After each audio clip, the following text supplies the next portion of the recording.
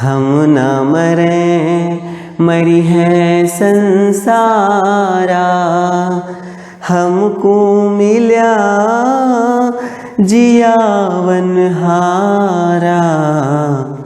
अब न मरो मरने मन माना, तेई मुए जिनी राम न जाना।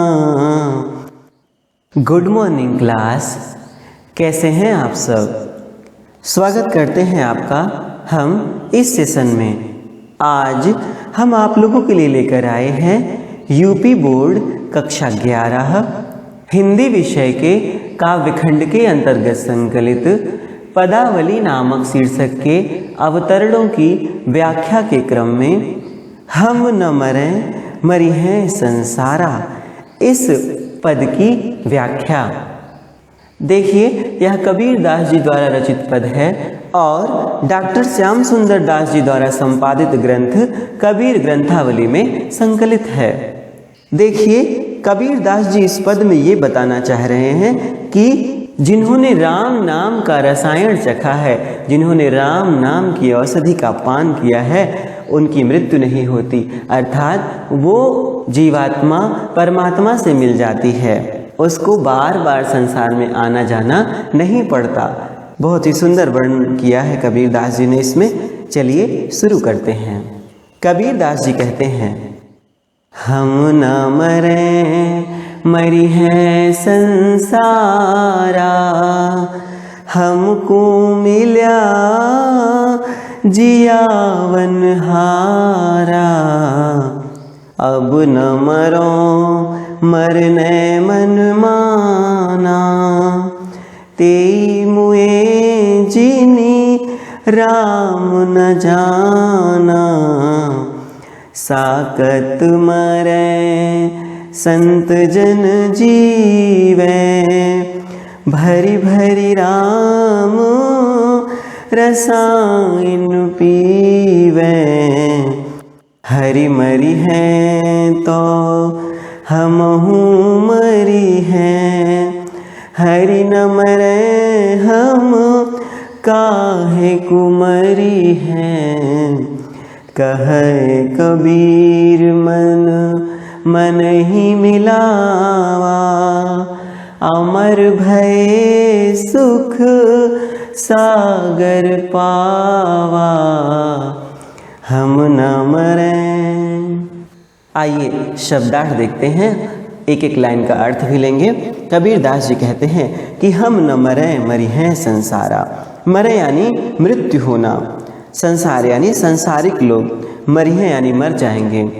तो कबीर दास जी कहते हैं कि मैं निरंतर भगवत भक्ति में लगा हुआ हूँ, तो मेरी जीवात्मा परमात्मा से भली भांति जुड़ चुकी है, इसलिए मेरी मृत्यु नहीं होगी, अर्थात मेरी आत्मा परमात्मा में मिल जाएगी, तो मेरी मृत्यु नहीं होगी। हमको मिला जियावन हारा। जियावन हारा यानी जीवन देने वाला, यानी परमात्मा। कबीर दास जी कहते हैं कि मेरी मृत्यु इसलिए नहीं होगी क्योंकि मुझे तो जीवन देने वाला मिल गया है, जीवन दाता परमात्मा मिल गया है। हमको मिला जियावन हारा, हमको तो जीवन दाता परमात्मा मिल गया है, और जिसको जीवन दाता ही मिल गया हो, भला उसकी मृत्यु कैसे हो सकती है। मरी है संसारा। कबीर दास जी कहते हैं कि मुझे परमात्मा मिल गए हैं, मुझे जीवन दाता प्रभु मिल गए हैं, इसलिए मेरी मृत्यु नहीं होगी, परंतु संसार के अन्य लोग जो हैं, जिनको परमात्मा की प्राप्ति नहीं हुई है, उनकी मृत्यु होगी, अर्थात वो संसार में आते जाते रहेंगे, उनका आवागमन का चक्र यथावत बना रहेगा। कबीर दास जी कहते हैं, अब न मरो मरने मनमाना।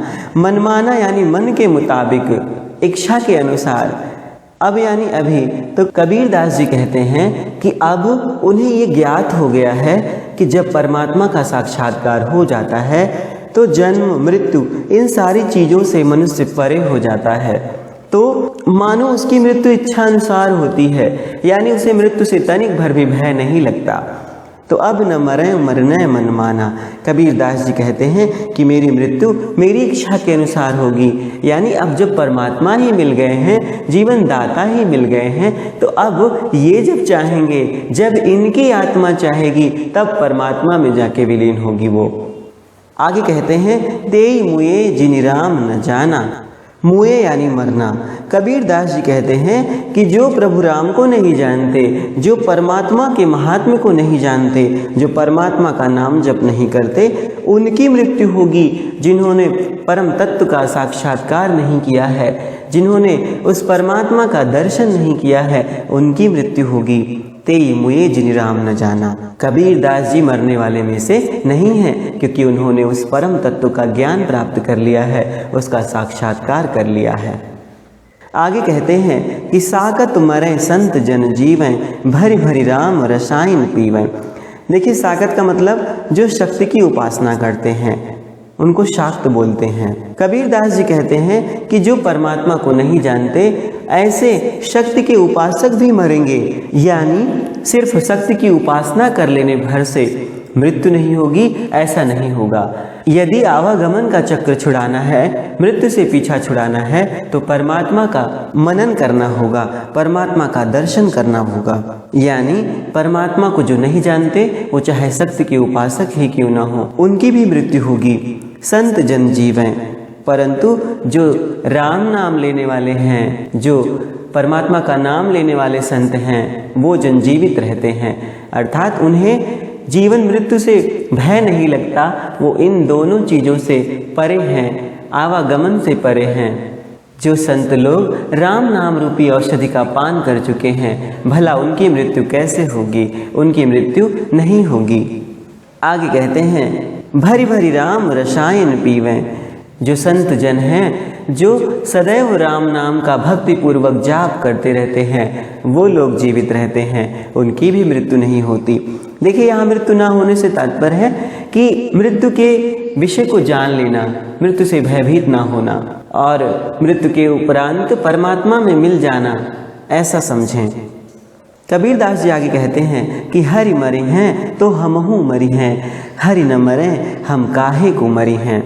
देखिए, बहुत अच्छी बात कह रहे हैं। भक्त की पराकाष्ठा, यानी भगवान पर इतना विश्वास है कि अब इनकी आत्मा परमात्मा में पूर्णतः लग गई है और ये जान गए हैं कि परमात्मा कभी नहीं नष्ट होता, तो कह रहे हैं कि हरि मरि हैं तो हमहू मरि हैं। यदि भगवान की मृत्यु नहीं होगी तो मेरी भी मृत्यु नहीं होगी। भक्त और भगवान के एकीकृत होने की कैसी सुंदर भावना है। कबीर दास जी कहते हैं कि जब तक परमात्मा जीवित हैं, तब तक उनके भक्त की भी मृत्यु नहीं होगी, यानी आत्मा की भी मृत्यु नहीं होगी, और भगवान की मृत्यु तो होती ही नहीं। इसलिए हरि न मरे हम काहे को मरि हैं। इसलिए जब भगवान ही नहीं मरेंगे, परमात्मा की ही मृत्यु नहीं होगी, तो भला मेरी मृत्यु कैसे होगी? मैं तो तब मरूंगा, मेरी मृत्यु तो तब होगी जब भगवान मरेंगे, जब परमात्मा मरेंगे, और भगवान मरते नहीं तो मेरी भी मृत्यु नहीं होगी। कबीर दास जी कहते हैं कि जब परमात्मा की मृत्यु नहीं होगी तो मेरी भी मृत्यु नहीं होगी, यानी परमात्मा नष्ट नहीं होगा तो ये जीवात्मा जो उनमें लगी हुई है, उनकी भक्ति में लगी हुई है, वह भी नष्ट नहीं होगी। कैसी सुंदर भावना है। आगे कहते हैं कहे कबीर मन मन ही मिलावा, अमर भय सुख सागर पावा। मन मन यानी मन को मन से मिलावा यानी मिलाना, सुख सागर पाना यानी सुख का सागर पाना, निरंतर आनंद पाना।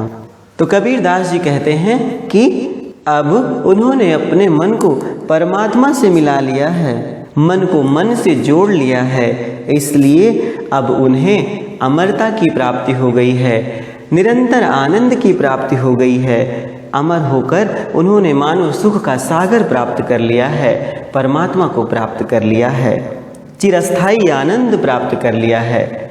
देखिए, चिरस्थायी आनंद की स्थिति भी यही है, जिसमें जीवात्मा परमात्मा से जुड़ जाती है तो वो परम आनंद को प्राप्त कर लेती है। बहुत ही सुंदर भावनाओं से युक्त यह पद है। आत्मा और परमात्मा में भेद नहीं है। कितना सुंदर वर्णन कबीर दास जी ने इसमें किया है। देखिए, इसमें भी भाषा सधुक्कड़ी, छंद गेय पद है, रस इसमें शांत है और अलंकारों में अगर आप देखें तो पुनरुक्ति प्रकाश अलंकार है, अनुप्रास अलंकार, रूपक अलंकार आदि इसमें आपको प्राप्त हो रहे हैं। प्रिय विद्यार्थियों, अब ये पद यहीं समाप्त हुआ। आपको ये वीडियो कैसा लगा हमें अवश्य बताएं और इसे अपने सहपाठियों के साथ साझा भी करें। अब आपसे विदा लेकर चलते हैं, मिलते हैं अगले पद की व्याख्या लेकर अगले वीडियो में। धन्यवाद।